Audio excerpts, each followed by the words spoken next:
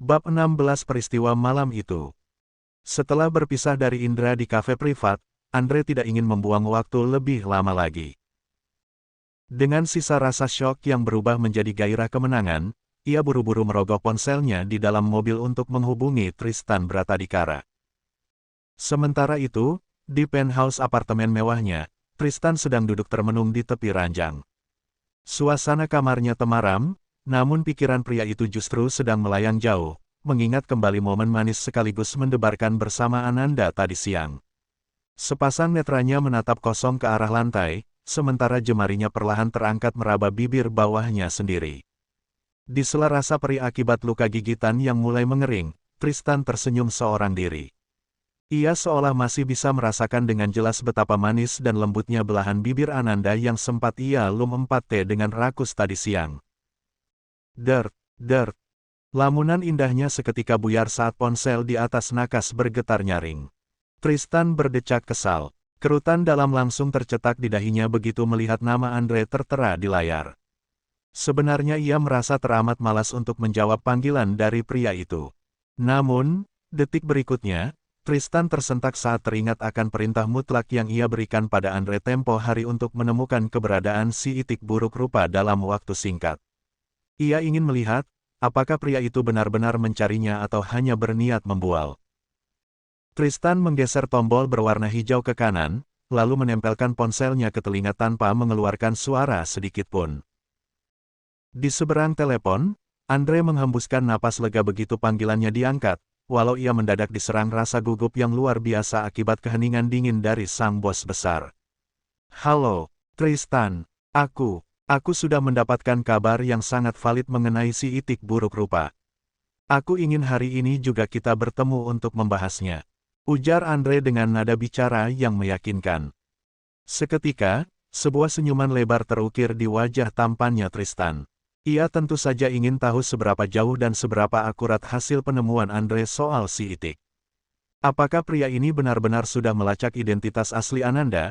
Ataukah ini cuma taktik murahan agar terbebas dari ancaman mematikan yang ia layangkan kemarin? Tanpa ragu, Tristan menyanggupi.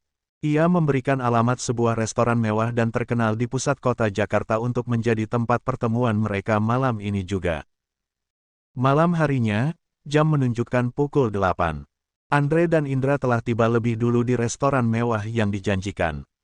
Mereka memesan sebuah meja di sudut ruangan yang cukup privat dengan fasilitas kursi sofa yang empuk. Namun, hingga 15 menit berlalu, sosok Tristan masih belum menampakkan batang hidungnya. Indra yang duduk di samping Andre mulai bergerak gelisah, melirik jam tangannya berulang kali.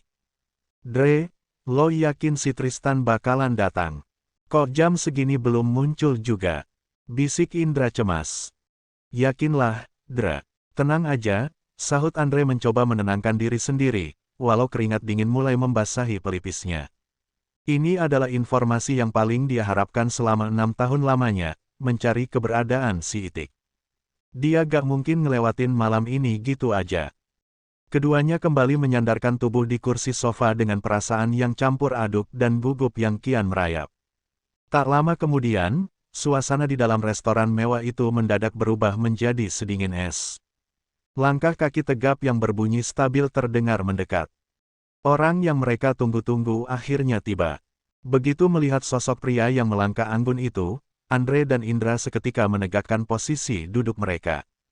Wajah keduanya mendadak pucat pasi dan kompak menelan ludah dengan susah payah. Tristan Bratadikara berjalan ke arah mereka dengan raut wajah yang teramat dingin, datar, dan memancarkan aura menakutkan yang siap mengintimidasi siapa saja.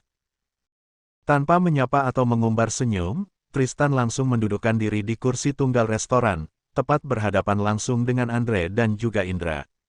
Mata tajamnya menatap lurus ke arah dua pria di depannya. Aku tidak punya banyak waktu untuk basa-basi, ucap Tristan dengan suaranya yang berat, berusaha bersikap sedingin mungkin. Sebenarnya, di dalam hati, Tristan sedang bersenang-senang. Karena ia sudah mengetahui identitas asli Ananda, ia sengaja ingin mengerjai dan menguji dua pria di hadapannya saat ini. Rasanya ia belum puas melihat mereka berdua gemetar ketakutan di bawah kuasanya. Sekarang cepat kalian katakan informasi apa yang kalian dapatkan soal si itik buruk rupa. Jangan buang waktuku jika itu cuma bualan. Andre menarik napas dalam-dalam, lalu menatap mata Tristan dengan berani demi menjamin keselamatannya sendiri. Tristan, bersiaplah terkejut. Si itik buruk rupa yang selama ini kau cari kemana-mana. Dia adalah sekretaris pribadimu sendiri di Bratadikara Group. Ananda Ayunindya adalah si itik buruk rupa. Dek. Mendengar penuturan Andre yang sangat lugas dan tepat sasaran, dada Tristan sedikit berdesir karena terkejut. Namun, keterkejutannya bukan karena ia baru mengetahui fakta soal si itik, melainkan karena ia tidak menyangka bahwa Andre dan Indra rupanya benar-benar bergerak cepat melakukan penyelidikan mendalam, hingga berhasil membuktikan ucapan mereka dan menyingkap tabir yang selama 6 tahun ini tertutup rapat. Tristan terdiam sejenak, lalu perlahan menyandarkan punggungnya di kursi. Semburat ketegangan di wajahnya mencair, digantikan oleh senyuman tipis yang penuh kemenangan. Aku sudah tahu, ucap Tristan santai, memecah keheningan. Semalam, orang kepercayaanku sudah memberikan seluruh dokumen dan foto masa kuliah Ananda di Universitas Airlangga. Jadi, informasi kalian itu sudah basi. Andre dan Indra seketika melotot terkejut, namun sedetik kemudian hembusan napas lega kompak keluar dari mulut mereka. Ternyata tebakan mereka tidak salah, si itik yang dicari Tristan memang benar-benar wanita cantik yang kini menjadi sekretarisnya. Sial, ternyata lo udah tahu duluan, Tristan, gumam Andre sambil menggelengkan kepala. Namun, sedetik kemudian raut wajah Andre berubah serius. Ia memajukan badannya ke meja. Tapi, apakah kau sudah tahu, selain fakta bahwa si itik itu adalah sekretaris pribadimu, dia juga memiliki suatu rahasia besar yang belum kau ketahui. Tristan mengernyitkan dahi, menggeleng cepat. Yang aku tahu hanya itu saja. Rahasia apa lagi? Jawab Tristan. Nada bicaranya kini terdengar jauh lebih melunak, hampir sama seperti saat mereka masih kuliah dulu dan sering berkumpul bersama. Andre menoleh ke arah Indra, memberi kode lewat tatapan mata. Indra mengangguk pelan, memberikan isyarat agar Andre segera membuka kartu as tersebut. Tristan, apakah kau tahu jika si itik saat ini sudah memiliki seorang anak laki-laki? Tanya Indra berhati-hati. Mendengar pertanyaan itu, raut wajah Tristan seketika berubah murung. Kilat kecewa terpancar jelas dari sepasang matanya. Ya, aku tahu. Ronald juga melaporkan hal itu. Si itik pernah menikah saat pindah ke Palembang, dan anak laki-laki bernama Elvano itu adalah putranya dengan mendiang suaminya. Mendengar jawaban Tristan, baik Andre maupun Indra kompak menghela napas panjang. Mereka saling berpandangan dengan tatapan tidak percaya, lalu Andre mendekatkan bibirnya ke telinga Indra untuk berbisik pelan. Dra, si Tristan dari dulu bodohnya kagak ilang-ilang, iya. Udah tahu dia sendiri yang dulu menjebol gawangnya si itik malam itu, sekarang malah beranggapan kalau anaknya si itik itu anak orang lain. Cibir Andre berbisik gemas. Indra hanya mengangguk pelan dengan wajah canggung, sambil melirik tidak enak ke arah Tristan. Rupanya, meski berbisik, gerak-gerik mereka tertangkap oleh mata tajamnya Tristan yang kini kembali menatap mereka dengan tatapan sedingin es. Hei, kalian berdua berani mengataiku di depanku, hah? Bentak Tristan, membuat suasana meja kembali mencekam.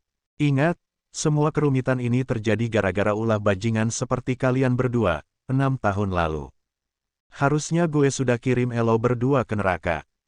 Seketika Andre dan Indra kompak menelan ludah dengan susah payah. Nyali mereka menciut seketika. Sorry, Tristan. Bukan begitu maksud kami, sahut Andre terbata-bata, mencoba meredakan amarah sang CEO. Sebenarnya, anak laki-laki itu adalah putramu sendiri dengan si itik. Dek. Kata-kata Andre bagaikan hantaman gada besar yang tepat mengenai dadanya Tristan. Jantungnya berhenti berdetak sesaat. Dengan gerakan refleks, Tristan langsung beranjak berdiri dari tempat duduknya hingga kursi tunggal itu bergeser ke belakang. Apa? Kalian jangan asal bicara. Jangan mengarang cerita untuk mengelabui negosiasi kita. Gertak Tristan dengan napas memburu. Kami tidak bohong, Tristan. Ini beneran. Seru Andre panik agar tidak salah paham. Pacarnya Indra ini adalah sahabat dekatnya si Itik dari dulu, dan dialah orang yang sudah merubah si Itik menjadi wanita secantik sekarang. Bener kan, Dra? Ayo jelasin. Indra mengangguk cepat, memperkuat argumen Andre. Iya, Tristan, itu benar. Kemarin siang aku bahkan sempat ikut merayakan ulang tahun Elvano di restoran di dalam mall bersama pacarku dan juga si Itik. Di sana, Feby pacarku pernah bercerita kalau si Itik baru menyadari dirinya hamil pas dia sudah berada di Palembang. Dan saat usia kehamilannya menginjak 7 bulan, ada seorang pria di sana yang bersedia menikahi dia demi memberikan Elvano identitas hukum dan akta kelahiran yang jelas agar anak itu tidak dicap sebagai anak haram. Tapi suaminya meninggal tidak lama setelah mereka menikah. Tristan mematung di tempatnya berdiri. Tubuhnya mendadak kaku, dan seluruh pasokan udara di sekitarnya seolah menipis.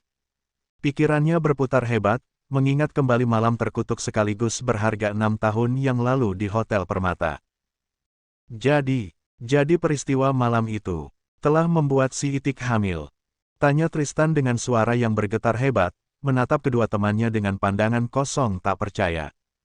Dia mengandung dan melahirkan darah dagingku sendiri. Betul sekali, Tristan. Kau sudah menjadi seorang ayah sekarang.